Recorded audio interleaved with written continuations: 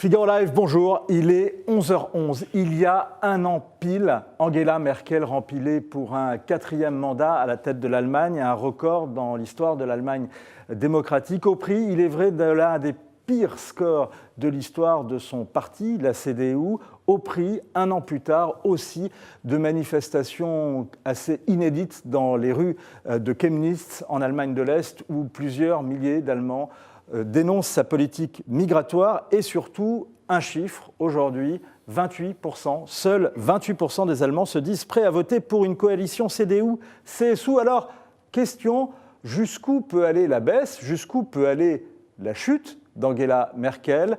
La réponse de Nicolas Barotte, il est le correspondant du Figaro à Berlin. C'est une très bonne question, c'est très difficile à dire. Aujourd'hui, elle est extrêmement affaiblie et son gouvernement passe de crise en crise. Ça fait 6 mois qu'il est en place, il connaît sa deuxième crise qui menace même la cohérence de la coalition. En juin, c'était sur l'immigration. Là, cette semaine, c'est sur le patron du renseignement allemand qui est proche de l'AfD et qui a été démis de ses fonctions. Donc à ce rythme-là, on se demande comment elle peut encore tenir 3 ans. Parce que la CSU la conteste, le SPD n'a aucune envie de la soutenir, de la sauver et de poursuivre sa descente aux enfers dans les sondages. Et donc, personne n'a envie de poursuivre cette coalition. Mais l'avantage d'Angela Merkel, c'est qu'il n'y a personne d'autre pour elle pour tenir le pouvoir aujourd'hui et pour réussir à diriger ce gouvernement. Donc, faute d'alternative, elle pourra rester en place encore 3 ans. Alors, êtes-vous convaincu? Pensez-vous que Angela Merkel ira au bout de son quatrième mandat? C'est la question qu'on vous pose sur Twitter, #Figaro Live, #les décrypteurs. Vous êtes pour l'instant une petite majorité à répondre non. Eh bien, dites-nous pourquoi. On posera vos questions et on lira vos commentaires et on les partagera avec nos décrypteurs.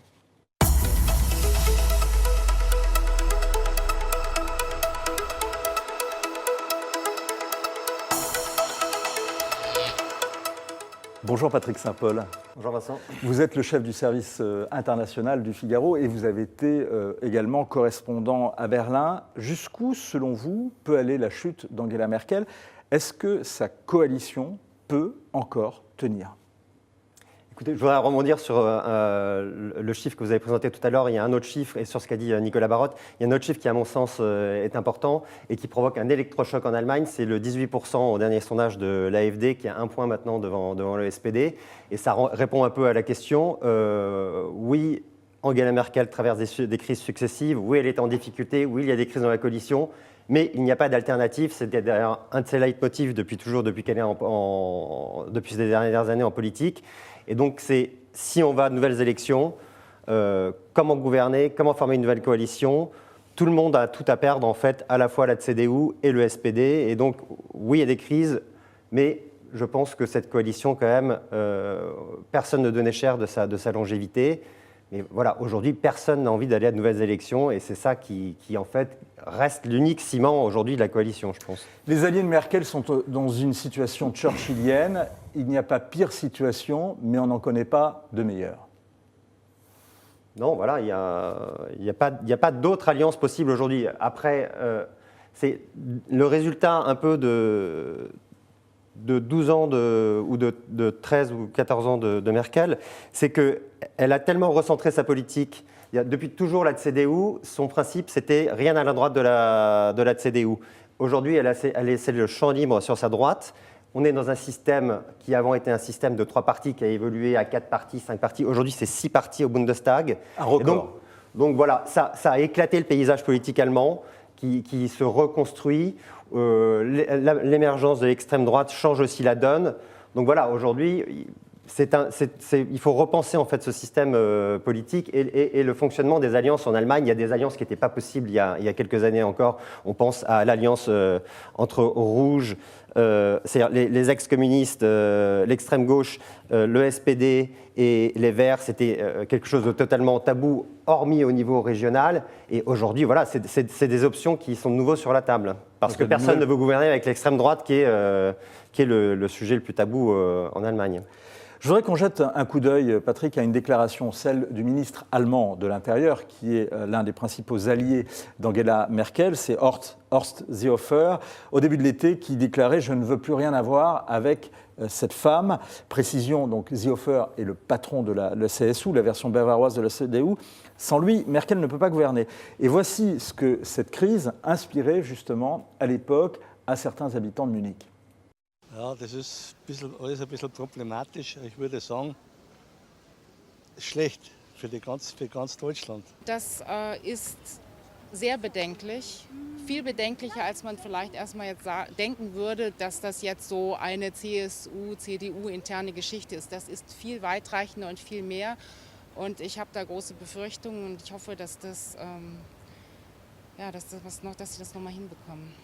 Alors, est-ce qu'une solution durable a été trouvée depuis? Pas vraiment, mais je pense qu'il y a eu une prise de conscience de Horst Seehofer et le dernier congrès de la CSU l'a montré que bon voilà, il a un peu commis une erreur stratégique quand même. Certes, Angela Merkel a du point de vue des Allemands et notamment d'un certain nombre d'Allemands, mais en Bavière, c'est encore plus marqué.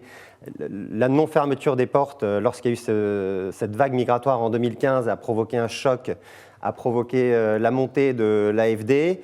56% des Allemands d'ailleurs dénoncent la politique migratoire du gouvernement Merkel. Bien sûr, ça c'est un fait, mais en Bavière, Seehofer a perdu de vue, à mon sens, quelque chose qui est fondamental. Il n'y a pas de CDU, la CSU remplace la CDU.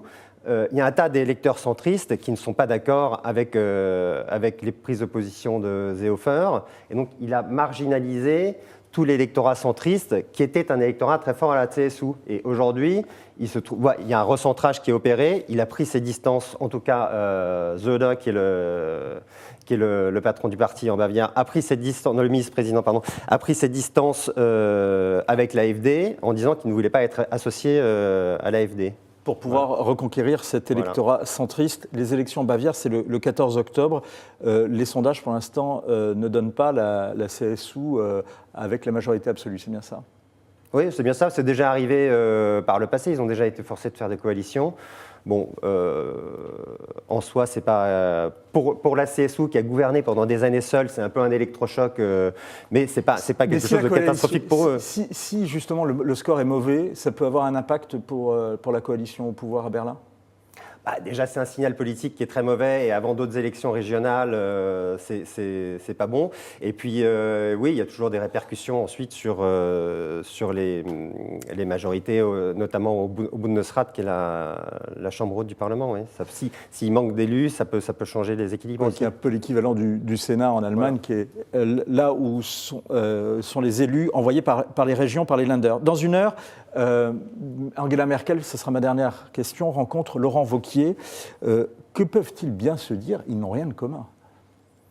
Ils n'ont rien de commun à part une chose qui est dans l'esprit d'Angela Merkel, qui a toujours été quelque chose d'essentiel, c'est qu'ils font partie de la même famille politique. Et Angela Merkel, pour elle, la famille politique est quelque chose qu'elle place en avant de tout le reste.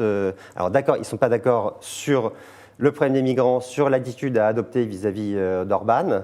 Et Angela Merkel, en fait, quand on voit que Weber, au sein du PPE, a décidé de se prononcer contre Orban, c'est quelque chose qui n'a pas pu... Manfred Weber, qui est le vice-président du PPE, c'est une décision qu'il n'a pas prise sans l'aval de Merkel. Donc voilà, et il y a un peu un jeu, en fait, où Merkel, je pense, c'est la façon de régler le débat au sein du PPE sur le cas Orban et une façon de couper l'herbe sous le pied d'Emmanuel Macron, qui lui se posait un peu en défenseur de cette Europe progressiste face au camp des Orban. Et il voulait en fait, avec cette politique, faire éclater le PPE, attirer les progressistes du PPE vers une nouvelle formation pour pouvoir essayer de peser au Parlement européen. Et là, on voit que Merkel, qui est quand même, bon, on dit qu'elle est en bout de course, etc., mais c'est une redoutable stratège. Et sur les calculs politiques, elle est très forte.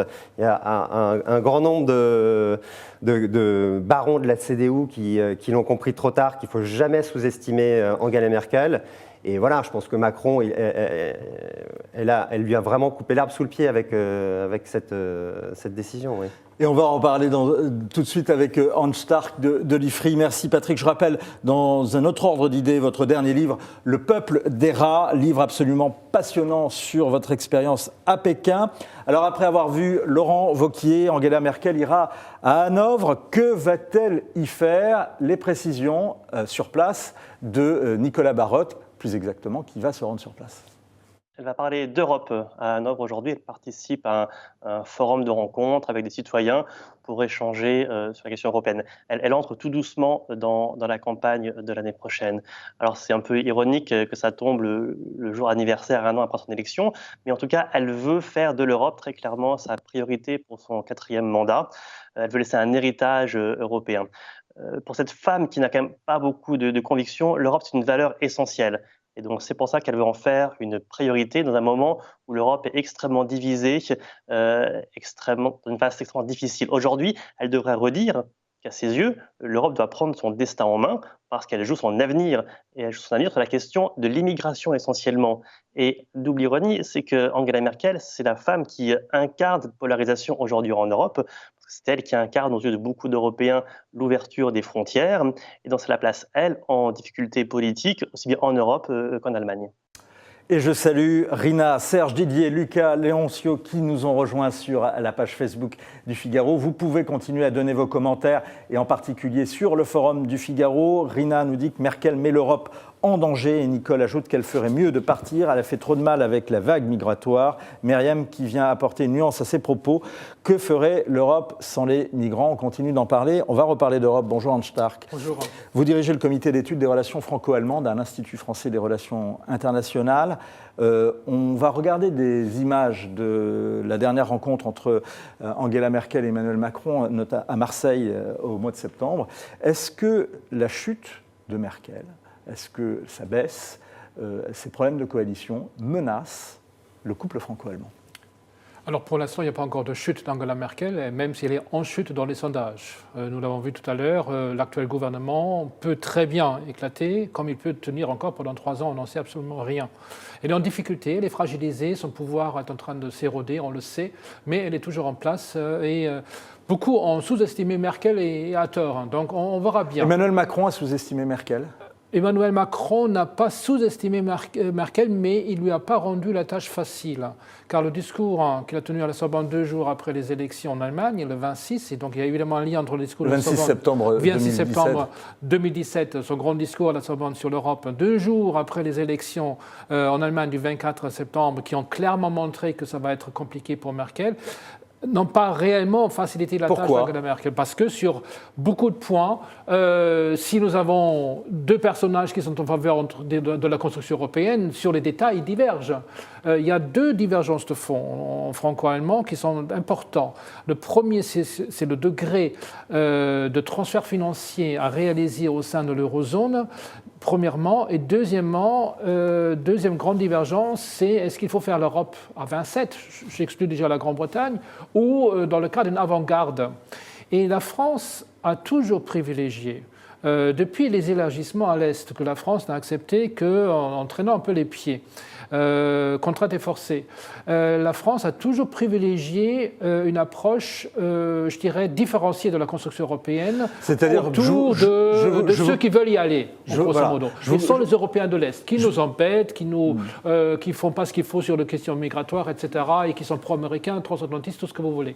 Je vous coupe, justement, Hans Stark, c'est notamment l'idée française serait de faire un couple franco-allemand avec, qui serait un moteur d'une construction d'une Europe qu'on dit à géométrie variable. Bien entendu. Et c'est la raison pour laquelle Emmanuel Macron a proposé, non pas dans son discours à la Sorbonne, mais dans des interviews qu'il a données, dans d'autres discours, un budget pour la zone euro et un ministre des Finances. Ça, l'Allemagne n'en veut pas. Et l'Allemagne n'en veut pas, parce qu'un budget de la zone euro veut dire que la zone monétaire va devenir une zone de transfert financier. C'est une position, dernière phrase, que l'Allemagne n'a jamais acceptée, même au temps de Helmut Kohl, lorsqu'il a lancé l'Union économique et monétaire. Alors, est-ce que cette divergence que vous exposez ne tue pas finalement à petit feu ce couple franco-allemand?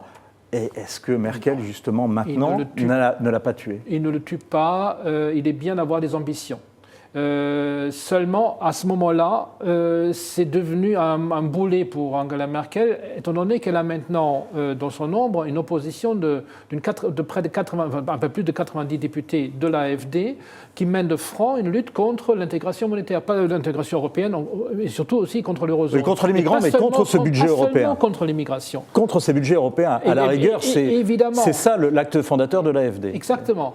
Et ils ont derrière eux aussi, pour les questions de l'Union monétaire, des députés chrétiens-démocrates qui pensent la même chose, au sein de la CSU aussi.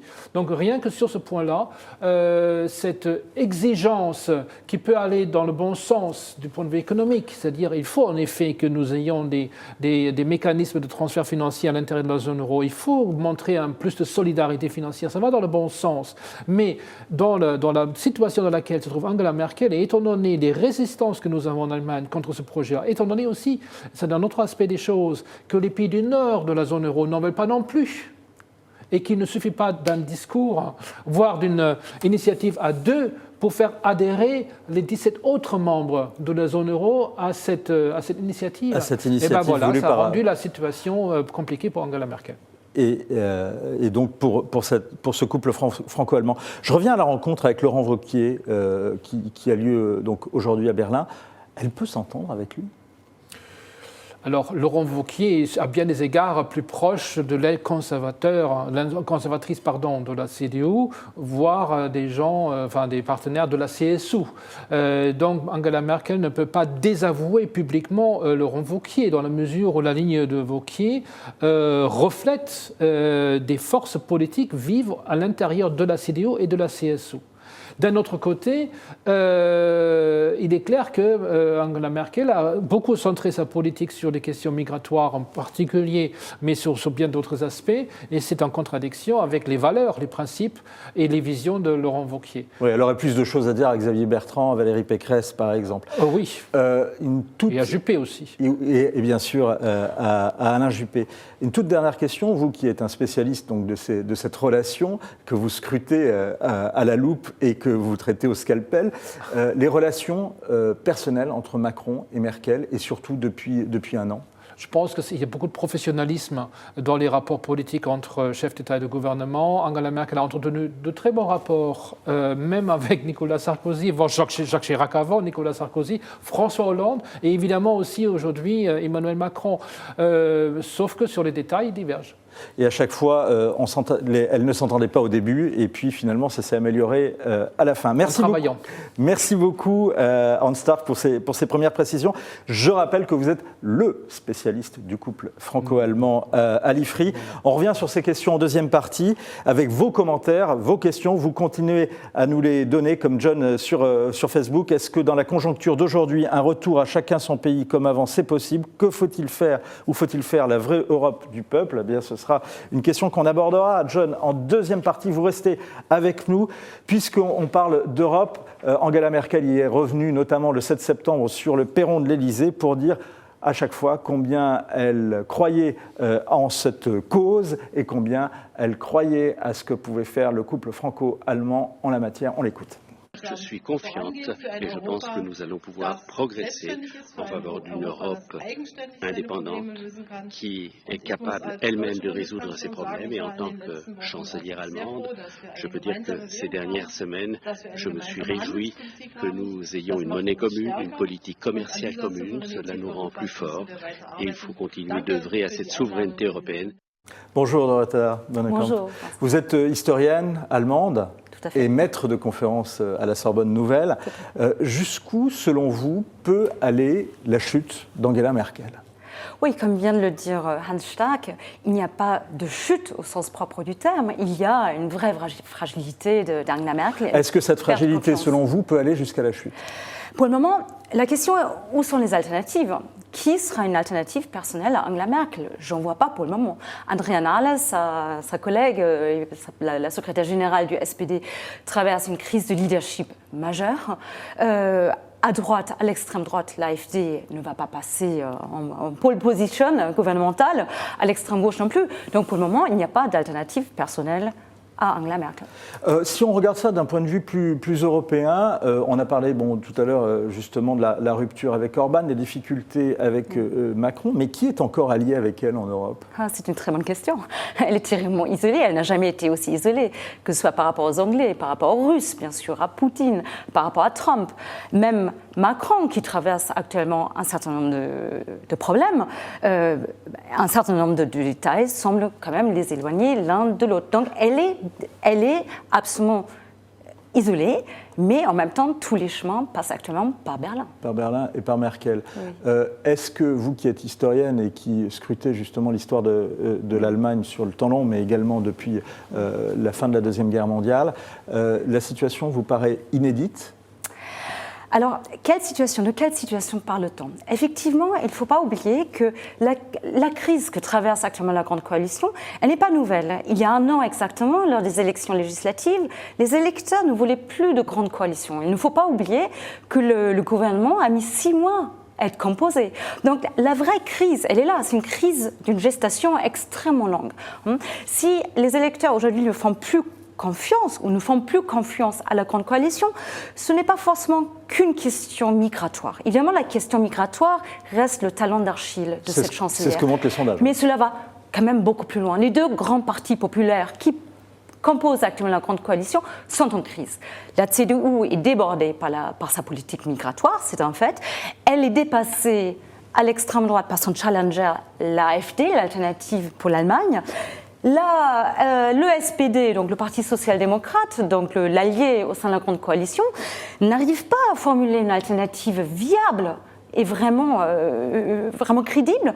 Et puis Andrea Nahles elle-même, elle a un problème d'autorité au sein du SPD, comme le prouve l'actuelle crise autour du chef du renseignement intérieur, M. Maaßen. Un mot peut-être sur cette crise du chef du renseignement intérieur. De quoi s'agit-il exactement? Alors, Hans-Georg Maaßen, qui était le chef du renseignement intérieur... L'équivalent de la DCRI. Exactement. En Allemagne. A donc formulé des doutes par rapport à la charge xénophobe de Chemnitz. Vous savez, il y a eu des émeutes xénophobes réelles qui ont mobilisé plusieurs centaines de personnes. Il y a eu un meurtre d'un Allemand, un meurtre d'un Tunisien. Bon. Donc Maaßen dit que voilà, il n'y avait pas vraiment chasse à l'homme. Or, les vidéos l'ont prouvé, il y a chasse à l'homme. Ensuite, Nahles a demandé sa tête en disant... Donc la patronne du parti de gauche allemand, le SPD. Seehofer, donc l'actuel ministre de l'Intérieur, protège Maaßen. L'allié conservateur d'Angela Merkel. Donc, en fait, la Grande Coalition s'est empêtrée dans des questions de personnalité que connaît aussi la France actuellement, et ça n'a pas vraiment rendu la Grande Coalition plus crédible. Maintenant, tout tourne autour de la personnalité de Maaßen. Ça n'intéresse pas les électeurs. Aujourd'hui, en tous les cas, il devait subir une promotion-sanction, devenir secrétaire d'État secrétaire d'État à la sécurité, et puis finalement, il va être conseiller spécial au terme d'une nouvelle rencontre avec entre les partenaires de la coalition. Peut-être deux dernières questions. La première, c'est sur le succès de l'AfD. Vous êtes une spécialiste de la question juive, et notamment en Allemagne. Est-ce que, c'est une question un peu provocatrice que je vous pose, est-ce que le succès de l'AfD, qui a beau être un parti classé à l'extrême droite, vient du fait que ce n'est pas forcément un parti nazi, mais un parti plus conservateur que la CDU et la CSU? Alors, c'est une question très complexe que vous posez, Vincent. L'AfD, effectivement, était d'abord parti sur des questions anti-européennes. C'était vraiment l'Europe, un parti anti-Europe, anti-euro, qui s'est formé autour d'un noyau de professeurs d'économie et de hauts représentants de l'industrie allemande. Donc, de là part une image plutôt notable du parti. Ensuite, il est totalement repositionné à droite, d'extrême droite, en étant un parti désormais anti-réfugié. Le succès actuel du parti vient du fait que les électeurs le croient de plus en plus compétent en matière migratoire. Ce n'est plus un parti de protestation, on lui assigne une réelle compétence. L'antisémitisme, à mon sens, joue vraiment pas un rôle là-dedans. Il s'agit du problème des réfugiés actuellement et des craintes que suscite l'islam actuellement en France, en Allemagne. Toute dernière question, est-ce que derrière cette crise de gouvernement, derrière cette crise que subit la popularité d'Angela Merkel, il n'y a pas quelque chose de plus profond qui est en train de se jouer en Allemagne, question à l'historienne, est-ce qu'il n'y a pas un tournant avec une recomposition politique profonde de l'Allemagne et du modèle né à partir de 1947 ? C'est une très très bonne question. On sent vraiment qu'il y a un changement de paradigme, j'ose dire, parce que les électeurs allemands, les électeurs ne veulent plus être traités ou considérés comme clients de la politique. On est aujourd'hui à l'ère numérique, digitale. On voit de plus en plus que les rapports sociaux sont horizontaux, transversaux. L'électeur veut être pris au sérieux, veut être un acteur de la politique. Donc, il y a une nouvelle demande sociale vis-à-vis de la politique et le gouvernement ne sait pas y faire face, ne sait pas formuler des réponses concluantes. Mais merci de ces précisions, Dorothea Bonnekamp. Et justement, on parlait d'une de ces évolutions majeures qu'a connues l'Allemagne. On parlait de l'AfD, dirigée par une femme, du SPD, dirigé par une femme. Il y a une autre femme qui n'est pas Angela Merkel, qui est en train d'émerger également en Allemagne. Elle est très différente d'Angela Merkel, d'abord parce qu'elle est de gauche, et même de gauche radicale, et surtout parce qu'elle a un discours qui dénonce la politique migratoire d'Angela Merkel. Elle s'appelle Sarah Wagenknecht. Elle a monté un mouvement qui s'appelle Aufstehen au sein de l'équivalent de la France insoumise en Allemagne. On l'écoute. Und ich finde, ich bin es leid, die Straße Pegida und den Rechten zu überlassen. Weil viele Menschen ja auch dort, das sehen wir ja, teilweise mitlaufen, nicht weil sie Fremdenhasser und Ausländerfeinde sind, sondern weil sie sich abgehängt und zurückgesetzt fühlen. Und ich möchte diese Menschen nicht solchen Bewegungen überlassen. Ich finde die sozialen... On vient de la voir. Alors c'est Sarah Wagenknecht, pardon. Elle peut incarner l'après-Merkel ? Je pense pas. Elle vient d'une frange. Elle peut participer à une future coalition éventuellement, mais je ne pense pas qu'elle soit en mesure, en tout cas aujourd'hui, ni dans un avenir proche, de diriger un gouvernement. Elle est à la marge. Et il y a, au sein du parti, il y a, comme je le disais tout à l'heure, il y a une entente. Et aujourd'hui, ce tabou n'est toujours pas levé pour les coalitions au niveau national. Pour l'instant, l'extrême gauche n'a pas participé depuis l'éclatement du SPD, en fait. Donc je ne pense pas que dans un avenir proche, ça puisse être possible. Oui, elle vient de l'extrême gauche, Sarah Wagenknecht. Elle a donc fondé ce mouvement qu'on pourrait traduire par Debout, et qui a une double fonction, double fonction, et ça se contredit. Premièrement, attirer vers l'extrême gauche les électeurs de gauche qui sont partis à l'AfD, en leur proposant aussi un discours anti-migration. Et d'un autre côté, créer une plateforme commune pour créer une gauche plurielle un jour qui pourrait reprendre le pouvoir, composée par l'extrême gauche, le SPD et les Verts. Là, il y aura c'est contradictoire. Idéologiquement, c'est pas possible à l'heure actuelle. Ben surtout, on parle comme la première puissance industrielle en Europe. Je vois mal le capitalisme rénant bousculer vers une espèce de forme de post-communisme. Et surtout, la quatrième puissance industrielle du monde. Il ne faut pas oublier que l'extrême gauche n'a jamais été au pouvoir en Allemagne de l'Ouest. Et je ne vois pas, vu la puissance du modèle économique actuel, le plein emploi quasiment que connaît l'Allemagne, l'extrême gauche arrive au pouvoir. Et nostalgie ne sera pas suffisamment puissante, si je vous suis. Valentin Pilate, des réseaux sociaux, nous a rejoint. Bonjour. Valentin, est-ce qu'il y a eu beaucoup de réactions sur cette question chez nos internautes ? Quelles sont les questions que se posent nos internautes ? Alors, il y en a beaucoup. Pour commencer, la question qu'on vous a posée sur Twitter, vous êtes toujours 70% à penser que Angela Merkel ira au bout de son mandat. Continuez à y répondre, le hashtag Figaro Live et les décrypteurs pour trouver cette question. Enfin, sur le Figaro.fr, je vois beaucoup de réactions, notamment celles d'Antimac, Ducky, Théodoric ou Phil. Et je vais citer Antimac qui nous précise qu'elle n'aurait pas dû se représenter. J'ai d'autres commentaires, notamment celui de Vincent. Pour Vincent, c'est le mandat de trop. C'est le mandat de trop. Comme tant de personnalités au pouvoir, elle n'a pas su s'effacer et ne semble toujours pas le vouloir. Dorothea, je me tourne vers vous. Est-ce que vous êtes d'accord avec cette remarque ? Oui, il y a une forme d'usure de pouvoir. Vous savez, là, c'est son quatrième mandat. J'aurais presque envie de dire, c'est absolument inévitable. Au bout d'un quatrième mandat, quel président de la République se maintient en France pendant aussi longtemps, hein. D'ailleurs, elle tient le même record que Konrad Adenauer, qui est resté longtemps et qui, à la fin, a connu la même usure.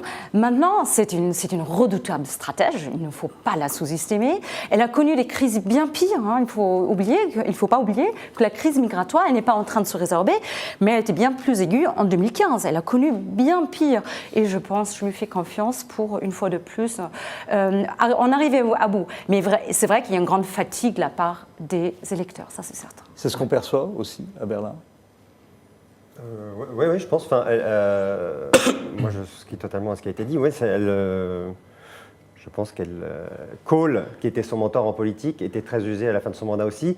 Mais la raison pour laquelle elle s'est représentée, c'était d'abord, elle n'a pas préparé sa succession au sein de la CDU.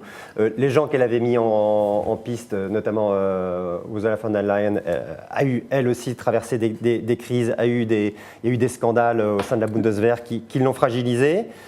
Finalement, Angela Merkel y est allée aussi parce qu'il n'y avait pas d'alternative. Et voilà, aujourd'hui, elle récolte cette faiblesse, mais il n'y avait pas d'autres candidats possibles à l'époque. Une autre question, Valentin. Oui, plutôt une remarque, celle de Decky et d'Antimac qui échangent actuellement sur le chat de Figaro Live, parce qu'on est en direct sur le Figaro.fr, il y a un chat et ils échangent actuellement. Pour Decky et Antimac, au final, c'est un problème d'intégration, je les cite, sur les plans culturels et sociaux, trop lents selon eux. Est-ce que vous êtes d'accord, Patrick Saint-Paul ?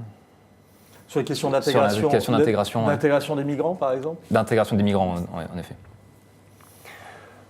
L'Allemagne n'était pas un pays d'immigration, à part les vagues turques. C'est pas comme la France, donc cette vague a été un choc beaucoup plus fort. Mais je pense que l'intégration en Allemagne est quelque chose qui fonctionne beaucoup mieux qu'en France, où il y a des cours de langue obligatoires, il y a un certain nombre de critères qui doivent être pris en compte.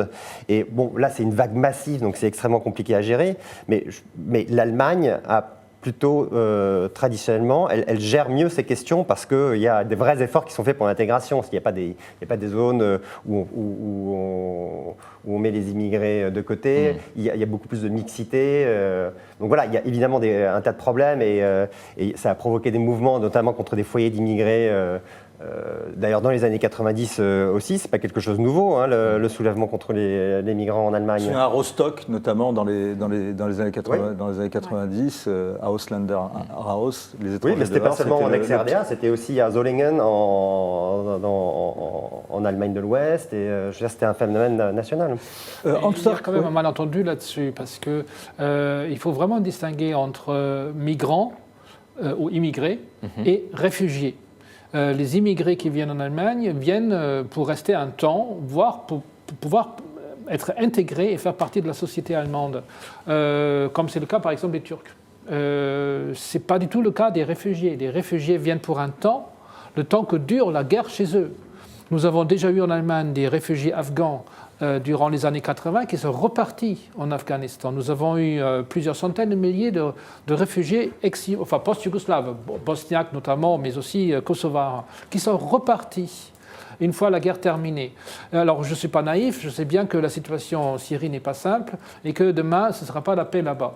Mais dans la logique des Allemands, dans la logique d'Angela Merkel, lorsqu'elle a ouvert les frontières, et c'est donc il y a vraiment un procès d'intention que je trouve grotesque, n'était pas de faire venir, pour des raisons notamment démographiques, des centaines de milliers de Syriens pour qu'ils comblent les problèmes démographiques en Allemagne. Ah, vous inscrivez en faux contre complètement. Cette idée. Pourquoi ? Parce qu'il n'était pas prévu qu'il reste.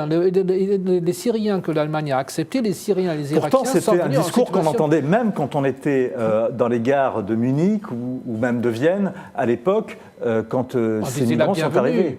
On disait la bienvenue, certes, donc vous faites allusion à ça. Oui, il y avait le Willkommen, mais également les gens disaient, et en plus c'est quand même de la main-d'œuvre qualifiée, on en a besoin actuellement, déjà à l'époque. Mais c'est une minorité parmi les réfugiés qui sont venus. Évidemment, il y a l'image du médecin syrien qui va enfin pouvoir s'installer dans les campagnes, dans race campagne où personne ne veut exercer le métier de médecin. Très bien. Est-ce que vous dites que même le patronat allemand n'a pas tablé sur ça à ce moment-là ? Mais non. Ce sont des gens, pour l'essentiel, pour une grande majorité, qui ne sont pas formés, qui ne maîtrisent évidemment pas l'allemand, c'est la main-d'œuvre, peut-être pas chère, mais ce n'est pas sur ça qu'on va bâtir le modèle économique allemand. L'économie allemande a besoin de main-d'œuvre qualifiée. notamment dans le domaine numérique. Et les réfugiés qui sont venus, et ce n'est pas leur faute, n'ont pas les préacquis nécessaires pour combler ces déficits-là. Juste un chiffre, puisqu'on en reparlait tout à l'heure, c'est le chiffre qu'on cite, un des chiffres qu'on cite depuis le début de cette émission. Donc 56% des Allemands sont contre l'actuelle politique migratoire du gouvernement Merkel. Question, puisque c'est une femme qui quand même a beaucoup gouverné, les yeux rivés sur les sondages. Si aujourd'hui elle faisait un coup d'éclat inverse, celui de 2015, si aujourd'hui elle adoptait une politique résolument anti-migratoire, est-ce qu'elle pourrait rebondir dans les sondages ? Sans doute dans les sondages en Allemagne, oui, mais imaginez un instant, et c'est pour ça aussi qu'elle a agi comme elle a agi en 2015, imaginez que l'Allemagne, écoutez, 70 ans après la Seconde Guerre mondiale, son tour de barbelé de fer, à l'instar de la Hongrie, en 2015, alors vous pensez d'un mur. Barbelé de fer, ça vous fait penser à quoi ? Ah bah, vous avez deux solutions en Allemagne, soit les camps de concentration, soit le rideau de fer. Voilà. Donc on a opté pour l'ouverture. Donc pour un pays comme l'Allemagne, ce n'est pas évident d'agir à la hongroise. Elle ne retournera pas sa politique migratoire. Une autre question, Valentin ? Oui, une autre question. Alors je le cite, JH, c'est son pseudo sur le Figaro.fr. Pour lui, au final, la question qu'on pose, est-ce que Merkel ira au bout de son mandat ? Elle n'a rien d'étonnant, car, je le cite, elle est à l'origine de cette immigration massive au détriment de l'Europe. L'immigration, c'est vraiment le point noir de son bilan, je cite Antimac. Et pour aller plus loin sur l'intégration, de qui, lui, considère que cette intégration des réfugiés passe par l'économie, par l'emploi. C'est via l'emploi qu'on pourrait réussir à intégrer, en l'occurrence, ces réfugiés ou les migrants, pour diverses raisons. Vous êtes d'accord ? Bien évidemment. Et de toute façon, l'intégration, la plupart du temps, passe par l'économie, l'emploi, etc. Maintenant, la question est de savoir, voilà, il y a un malentendu au départ, encore que... Alors, il faut aussi peut-être un tout petit peu nuancer le propos. Je vous coupe, Dorothée. Il y a un malentendu, puisqu'on a confondu réfugiés et migrants, par exemple, mais il y a une vraie crise d'intégration. En tous les cas, ce qui semble en Allemagne, avec notamment cette crise avec ce joueur de foot d'origine turque qui a été dénoncé et qui a été obligé de se retirer. Tout à fait. Alors, il faudra peut-être tout d'abord nuancer le propos sur l'intégration des réfugiés. Alors, on dit, voilà, elle aurait dû fermer les frontières. Il faut savoir, en 2015, les réfugiés étaient en grande partie en Hongrie. C'est une décision plus ou moins ad hoc qui a été prise par la chancelière. Et je suis parfaitement d'accord avec M. Stark, qui dit qu'il n'y a pas eu de calcul pendant les mois misant sur un rebond de la démographie, etc., ou sur un emploi d'ouvriers complets. Donc, ils sont arrivés, on est dans un espace Schengen, les frontières sont ouvertes. Et pour l'Allemagne, il n'y avait pas d'option de mettre barbelé aux frontières. Donc l'Allemagne était aussi, malgré elle, un peu mise devant le fait accompli. Qu'ensuite, il n'y a pas eu de discussion avec les partenaires européens, ça c'est certainement un problème. Ensuite, oui, l'intégration passe par l'économie, mais maintenant, il n'est pas encore question d'intégration, parce qu'on pense que les réfugiés, puisqu'ils sont des réfugiés, retournent dans leur pays au moment de la cessation du conflit. Ça, c'est ce qu'on pense actuellement en Allemagne. On pense que surtout les familles dont les enfants sont scolarisés en Allemagne vont rester en Allemagne. Merci beaucoup pour toutes ces précisions. Pensez-vous qu'Angela Merkel ira au bout de son mandat ? C'est la question qu'on vous posait sur Twitter. Et pour l'instant, donc la réponse est oui. Apparemment, c'est votre avis aussi. Une courte réponse. Oui. Alors, je pense qu'il y aura peut-être un changement important encore cette année. Nous avons une élection en Bavière, le 14 octobre, qui s'annonce très difficile pour la CSU. Et si jamais les sondages se confirment et que la CSU aura 35%, ce sera un tremblement de terre pour ce parti qui est habitué aux majorités absolues en Bavière. Et dans ce cas-là, M. Seehofer pourrait perdre son poste de chef du parti CSU. Et en tant que, s'il perd le poste de chef de la CSU, ce poste-là, il va probablement devoir quitter le gouvernement. Un gouvernement de grande coalition, même affaibli, avec une Merkel contestée et un SPD en grande difficulté, un gouvernement de cette nature-là, sans M. Seehofer, a des chances de tenir. Ah, c'est votre pronostic.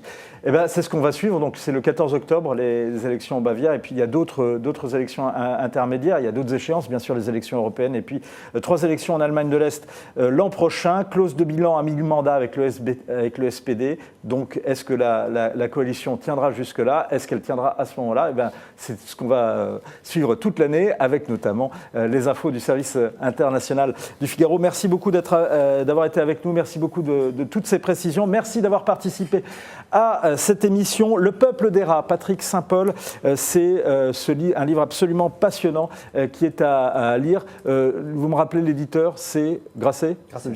Il y a ça.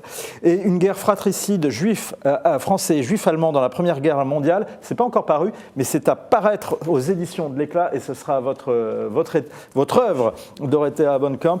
En attendant, vous pouvez lire justement votre étude sur les identités juives en Allemagne. Pensez les identités juives dans l'espace germanique au 19e et au 20e siècle. Et puis également, vous pouvez lire De Weimar à Vichy, c'est aux éditions Fayard. Hans Starks, il y a un de vos livres à recommander, c'est maintenant. Alors, c'est notre dernière étude au CERFA sur la crise politique en Allemagne. Eh bien, c'est très intéressant et vous les retrouvez bien sûr sur le site de l'IFRI, www.ifri.org, si je ne m'abuse. N'oubliez pas nos prochains rendez-vous sur Figaro Live. À noter en particulièrement une nouveauté ce soir, la première d'audition publique, le premier rendez-vous 100% politique de Figaro Live avec l'AFP, Public Sénat et la chaîne parlementaire Assemblée nationale. C'est à 19h. Invité Brice Hortefeux. Pour l'heure, le talk. Yves Tréhard reçoit Nicolas Bay, le vice-président du Rassemblement national.